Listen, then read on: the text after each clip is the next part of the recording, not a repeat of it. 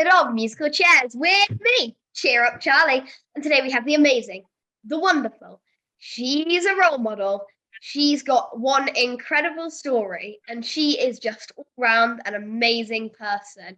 She's Celestia Barby, Woo! Thank you for that wonderful introduction. Fantastic. How are you? Anyway. Yeah, I'm doing really good. Thank you very much. How are you? Yeah, I'm doing amazing. Glad to be interviewing you. Thank you for the opportunity. It's a pleasure to be here. So everyone here will notice that set in the Musical Chairs HQ today, it's not someone from the musical theatre world, but it's someone who has a really incredible story to share, and I'm truly honoured to have her join me today. So thank you for inspiring people like me to carry on speaking out about what's right and giving so many people the confidence to do what they want in this world. I front of my throat. But thank you. Yeah, definitely. No, it's great. It's great that I'm part of that inspirational journey with you. So, you know, we're in it together and we're in it to inspire others. That's the most important thing. So if you're ready, I'll get straight into the questions. Yeah, I'm ready. Let's go. So I'm really lucky that I already know what career I want, and the journey I am on has me surrounded by the most loving family. But so many people don't get that support. I started my career at 9 and I already know where I want to be. What age were you when you effectively lost your childhood? Wow. When you say lost my childhood, can you expand what you mean by that? Well, what age were you when you sort of felt the need to grow up and grow out of just that playful childness? Yeah, got it. So for me, I've been brought up on a farm in the countryside, and I used to play with mud pies and Barbie dolls and all of that. And then during school, all I wanted to do was be a good person, you know, do well and be myself. But unfortunately, I got bullied, and that bullying really changed my life. And at the same time as being bullied, my mum and dad split up. So my mum was like a really soft, gentle character, and my dad was more like, come on, you got to get these grades, you got to get in there. So when my dad moved out, being around the soft character, which was my mum, and being bullied, I was trying to grow up, but I felt like I was sinking. And when I say sinking, I basically got into the wrong crowd. Yeah. And I went on a spiral for 7 years, where I was drinking and smoking and taking drugs.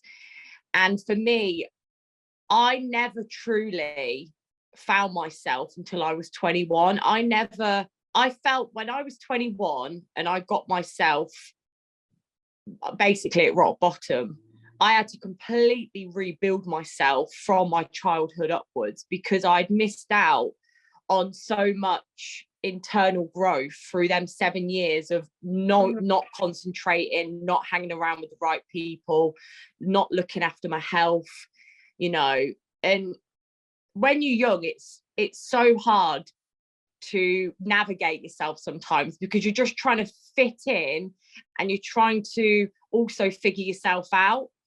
So my honest answer is, generally, when I was 21, that is when I truly grew up. That is when I got myself into a feeling of, I want to be alive and I want to actually try and do something with my life. Yeah. You know, and do I regret all that journey? I probably do in some way, but it's made me into the person I am today, you know. So everything we go through, it teaches you a lot of lessons, and the good and the bad lessons, they all are a teacher in their own way. Yeah. You know, so yeah, that's my answer. So both my parents are really, really academic, but come from very different backgrounds than the one I'm experiencing as a child. Were your parents both very academic, and did they try to encourage you as much as possible? Yeah, so my mum she started off in knitwear, and she lived on a bus, and she lived quite a normal life before she met my dad. When my mum met my dad had a very entrepreneurial millionaire mindset, and he created a piece of plastic that fitted on a toilet. And this piece of plastic that he fitted on a toilet, he built a company out of it, and he sold it for his first million. This must have been 50 years ago.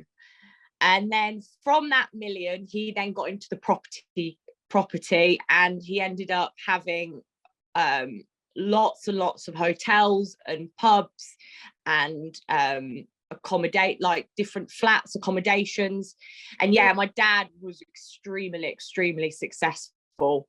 So my mum obviously connected with my dad's success on a different level, but my mum was the backbone of my dad. My mum was the person that my dad could talk to, and you know, she really did put a lot of effort in. But I'd definitely say my dad was more of on a mission just to really make more and more money as he went through life. You know, my dad died 5 years ago. He lived a really good life. He died when he was 82.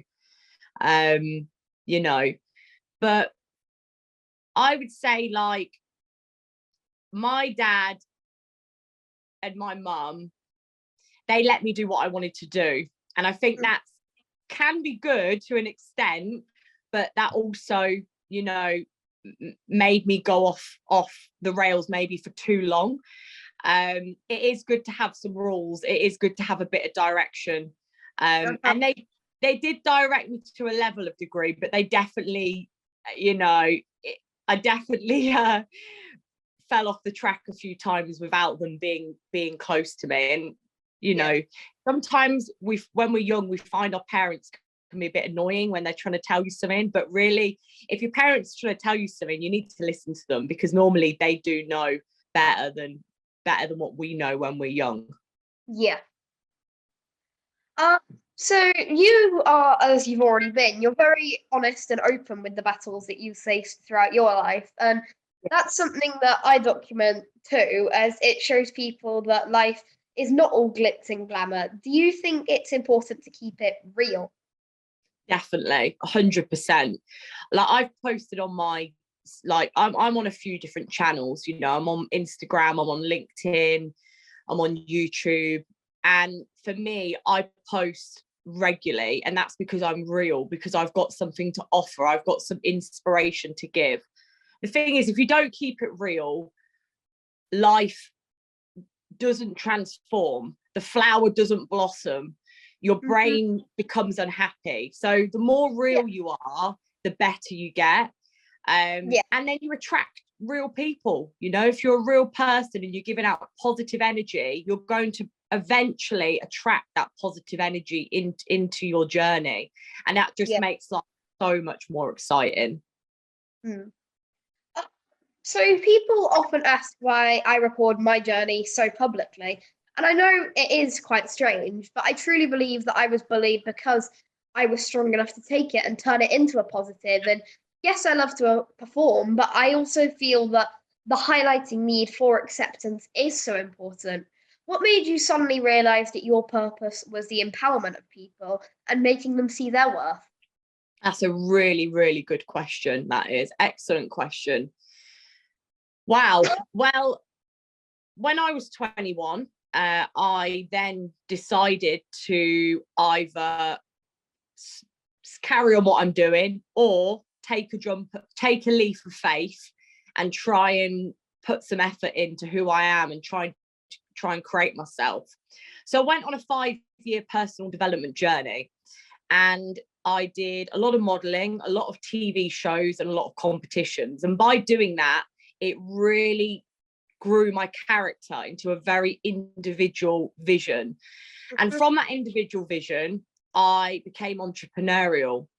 And when you become entrepreneurial, the whole world opens up to you, and there's so many ideas, and then you can get quite confused with what you want to choose.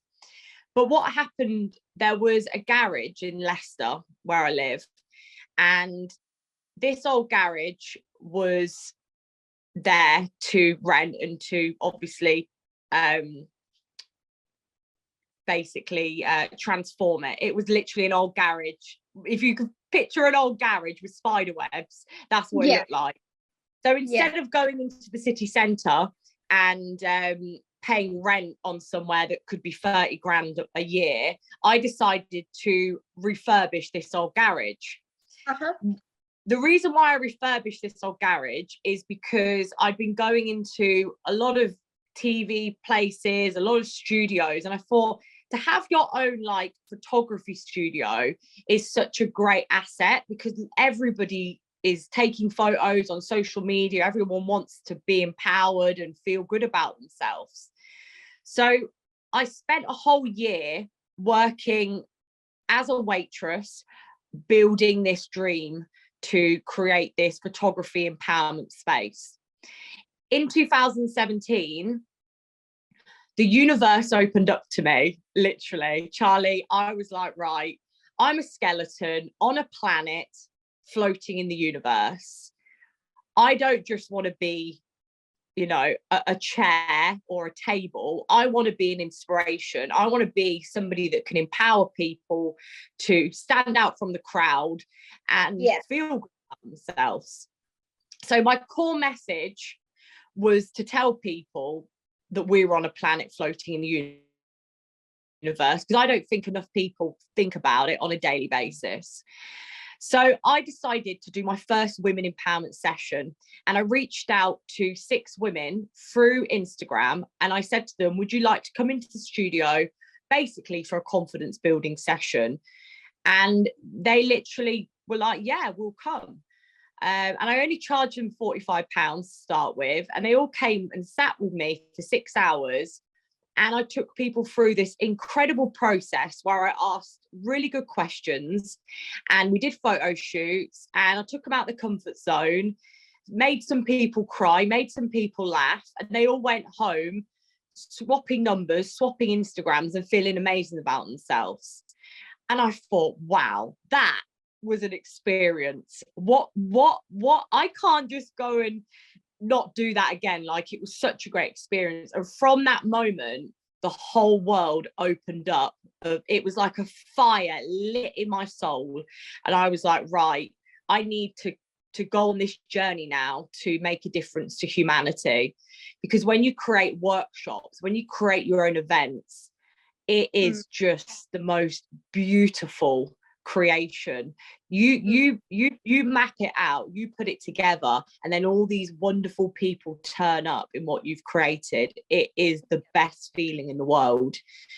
And you know, and that is what I strive for on a daily basis, is to bring people together and make them feel really good about themselves, and hopefully, you know, just want to become more. You know, you can't force people to become more, but you can guide them and show them a way. And if they choose to go that way, then it's great. You know, it's a win-win. Yeah. So to date, what do you feel is your greatest achievement? I think the number one achievement is never giving in on myself. You know, it's very easy to give in. It's very easy throw the towel in when you can't find the next answer. So the first, that's number one, is never giving in on myself. The second achievement, which I'm just going to throw in another one, is always trusting people, even if the trust has been broken. Because people will pull you down. People will say things, and the number one thing I always have in my mind is everybody's different. Every single person you ever meet has a different story, a different personality, and I always go in with a fresh sheet of paper. I always go in with a fresh sheet of paper, and I think that's such a beautiful way to look at things. And I'm just thankful that I've got that about me to be like that. You know. And I think the third one is just making my dad proud. Even though my dad's not alive, I feel like if he could see what I was doing now on this journey of life coaching and empowerment, I think he would be really proud of me. So yeah, I think it's important that we make our family proud. I think it's nice. I think, you know, it makes, when we make our family proud, they know that we're going to be safe when that we've gone. And I think that's why they want us to make them proud, you know? Yeah. So there are so many young people that could benefit from a mentor day. Would you be interested in setting up a workshop with me where we can focus on helping young people see what they're really worth? Definitely, 100%. Sounds fantastic. Great question again. Wicked.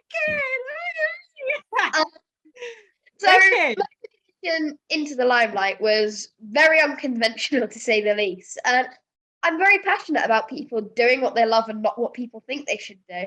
I really want #CheerUpCharlie to be associated with acceptance, and it's about time bullying is tackled once and for all. And I'm now very lucky to be in a position to use my voice and speak to people like you that give my generation hope. And the world we live in, even as a child, I've learned can be really, really cruel. And not just to children, but to adults too. And social media has a lot to answer for, but it is still an amazing tool. But it's an amazing tool, but it can also destroy someone. And I still get messages telling me that I'm worthless, but I know you've suffered too. So how do you handle all this negativity? And how, as a future generation, can we help this? I think realistically, if you're putting out positivity, it eventually drowns out the negativity. Yeah. For me, if I think into it too much, it overpowers me. Don't get me wrong, you'll always get a negative comment. What I used to do is I used to always reply to negative comments, and that is the worst thing you can do. The best thing you can do if you get any negativity online is to delete straight away and block. It is as simple as that. As soon as you respond, it does create a problem. Yeah. Sometimes if I get somebody inbox me something that's a bit embarrassing or silly, I might put it in my story to make people aware that that has happened, you know, because awareness is also important. You know, it is important. I think the main thing is don't take it too personally, because normally they've never met you in person, and people get jealous. People really do. When people see people winning and they've got all these followers and all these comments and likes, and they're going, you see their news feed and it looks good, you know, it does, jealousy can seep in. And definitely. I just think you've just got to take it as a pinch of salt, really. It's sad to say, because some people don't, and some young people, you know, suicide, you know, is there, real, and people can kill themselves just because of what somebody else says or what another bully says. I think that's why anti-bullying campaign is so important, because you're not just stopping people from bullying people, you can actually stop people from committing suicide. And I think that's the core of what anti-bullying is. There's so many young girls and young boys that just end their life at age 14, 15. And it's so sad, because they're not even an adult yet. They're not even, you know, their brain isn't even fully developed. And it's just so sad that they've cut it short, you know. And younger people like yourself doing what you do, that can make a difference massively. And like you say, doing an event, we could do an anti-bullying event together, which could be absolutely incredible. Oh yeah. Just quick. So growing up, was bullying something that affected you? And has it ever affected you as an adult? Yeah, it definitely affected me as a young person. Because when you've got a big heart for wanting to just be friends with people and get on with life, and then basically I got my hair cut short. And when I got my hair cut short, the 3 coolest girls of the whole year didn't want to be my friend anymore. So I was like, well, who am I going to be friends with? So that is when I ended up sitting in the toilet on my own.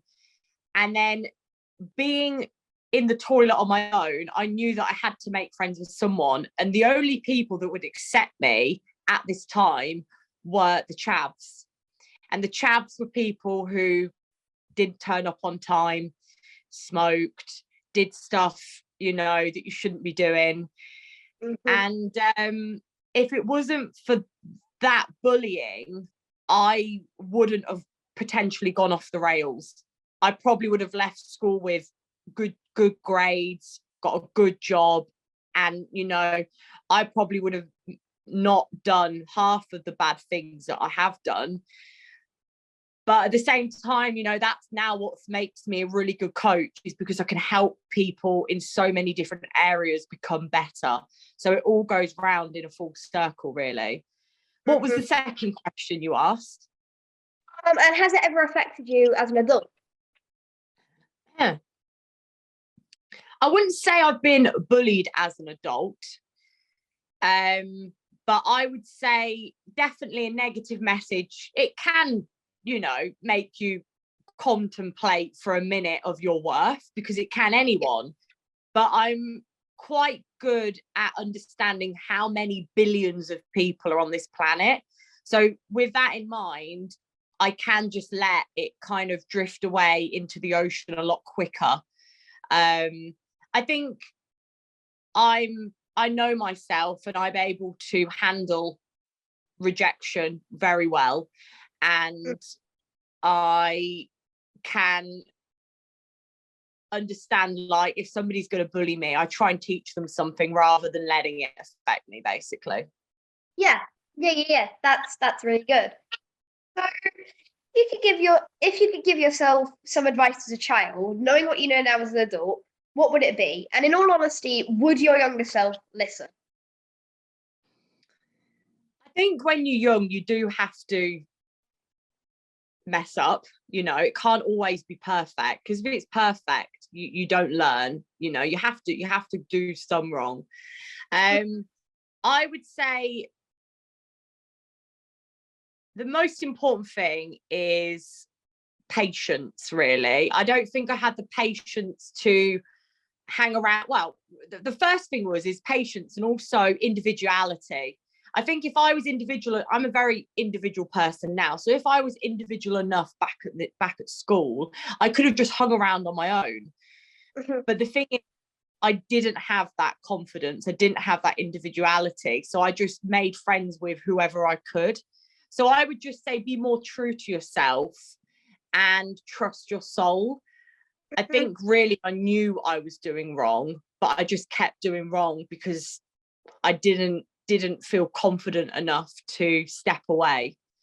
And I think growing confidence at a young age is so important. I think if I was more confident, I would have been able to handle situations a lot better. And now, obviously, I do specialise in confidence. Confidence is the head title of what I do, but underlining that, I do lots of different topics and subjects. But confidence is definitely a big part of life. I think if you can be confident in the way you think, in the way you act, and the way you look, you feel really good about yourself. Yeah.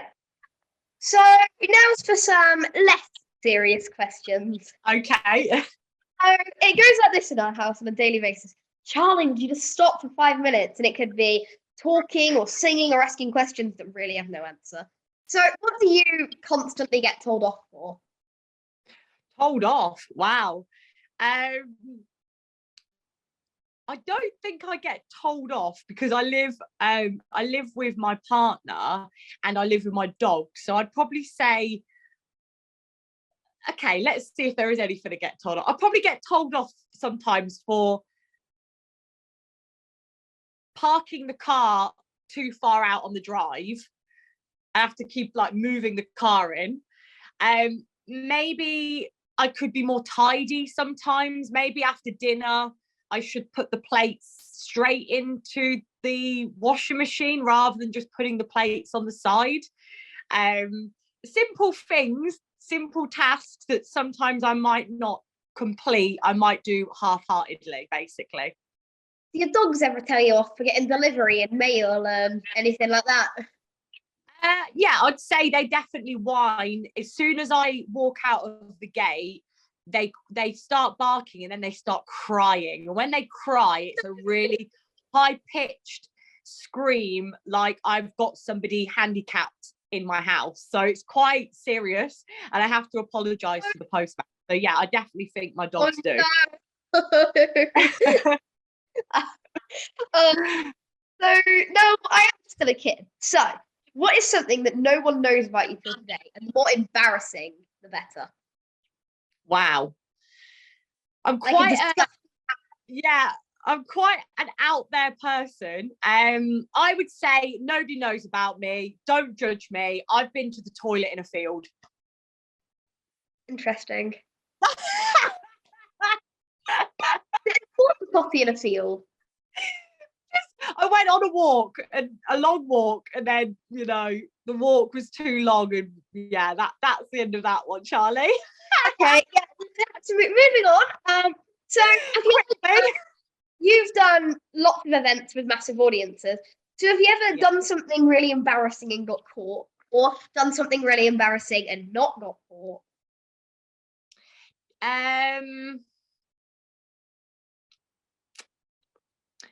At an event. Mm-hmm. Or just something like in front of quite a few people? I don't think I have. I think I put my professional hat on, and luckily so far it's worked out all right. Okay. I wouldn't say there's anything that stands out that's been over. Okay, one thing. I thought of one thing.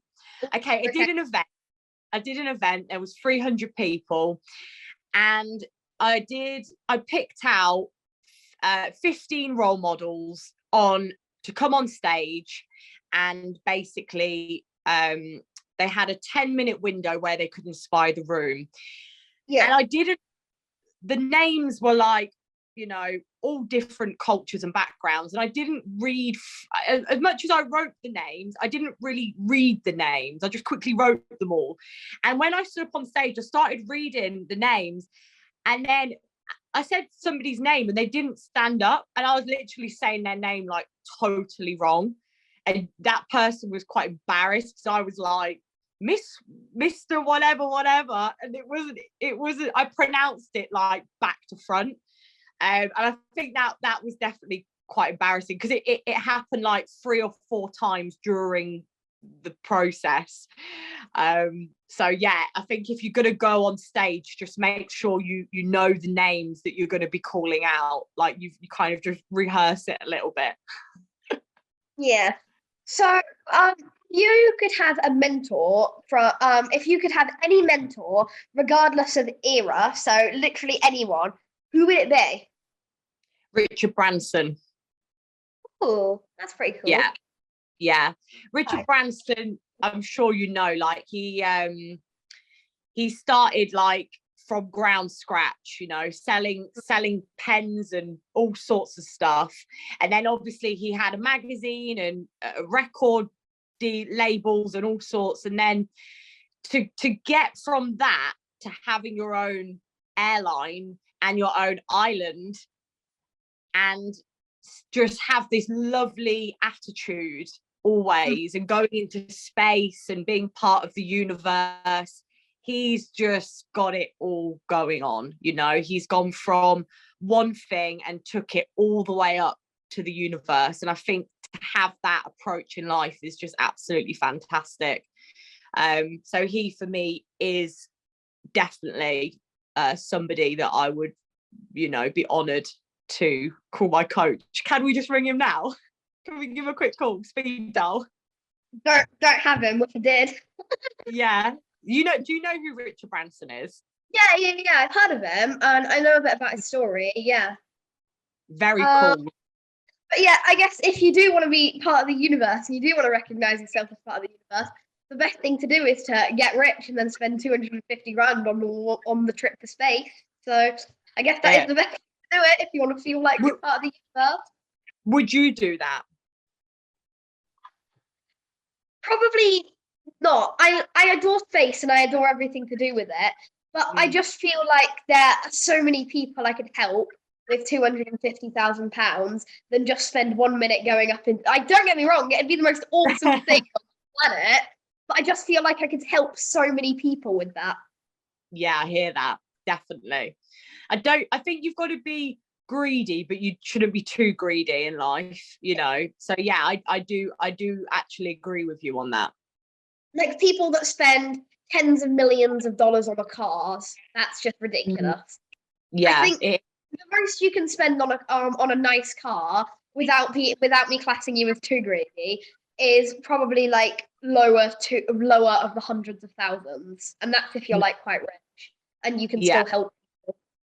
Yeah, definitely, I agree. It's nice to feel safe, it's nice to be at comfort, but you know, it's just taking it to the extreme, isn't it? Some people do take it to the extreme, and I think sometimes you've got to take yourself out of yourself and just sort of look what you can do. You know, it only takes like one yes to get an opportunity, you know, and sometimes you have to have 1,000 no's to get the one yes. And I think that's the tough road that a lot of us humans go on, is we're always looking for a yes or an opportunity.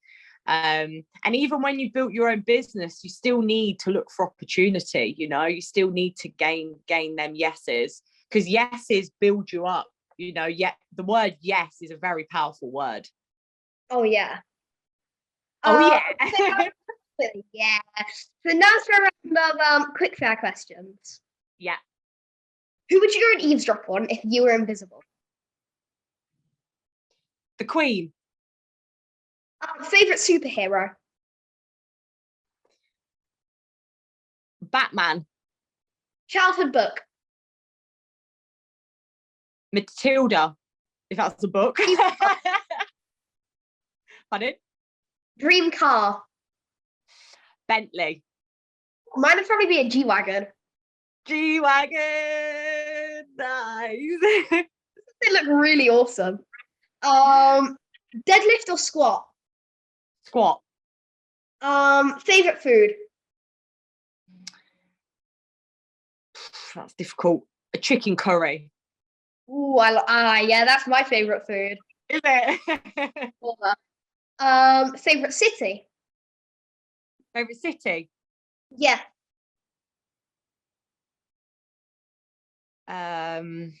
So many. Mine's probably New York. Yeah, Venice or New York, they're the two that came into place. Harry Potter house, if you like Harry Potter. So what did you say then? Harry Potter house. A Harry Potter house, yeah. Yeah. A Harry Potter house? As in like Hogwarts house. Yeah. Yeah. What do you think? What are you in? Or what do you mean? Like, what am I in? Yeah, like Hufflepuff, Ravenclaw, Slytherin, or Gryffindor. Oh right. Bloody hell. Harry. Gryffindor. Yeah. I didn't get that one. I was like, Huffle what? Text or talk? Talk. What two things would you take to a deserted island?